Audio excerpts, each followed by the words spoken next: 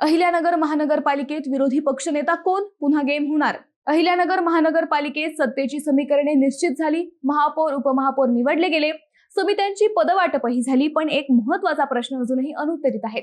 महापालिकेचा विरोधी पक्षनेता नेमका कोण होणार? मंडळी, महापालिका निवडणुकीला आता 4.5 महिने उलटले आहेत, मात्र अद्याप विरोधी पक्ष नेत्याची नियुक्ती झालेली नाही. त्यामुळे महापालिका वर्तुळात विविध चर्चांना उधाण आले आहे. निवडणुकीत राष्ट्रवादी काँग्रेसला 27 जागा, भाजपला 25 जागा आणि शिंदे सेनेला 10 जागा मिळाल्या.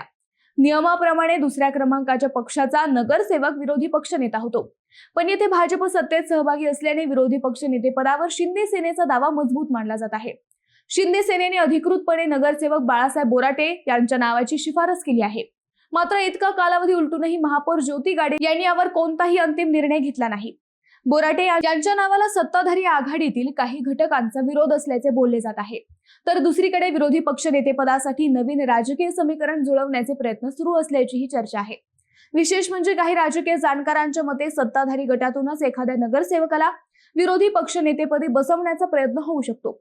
त्यामुळे पुन्हा एकदा महापालिकेत मोठा राजकीय गेम होणार का, असा प्रश्न उपस्थित केला जात आहे.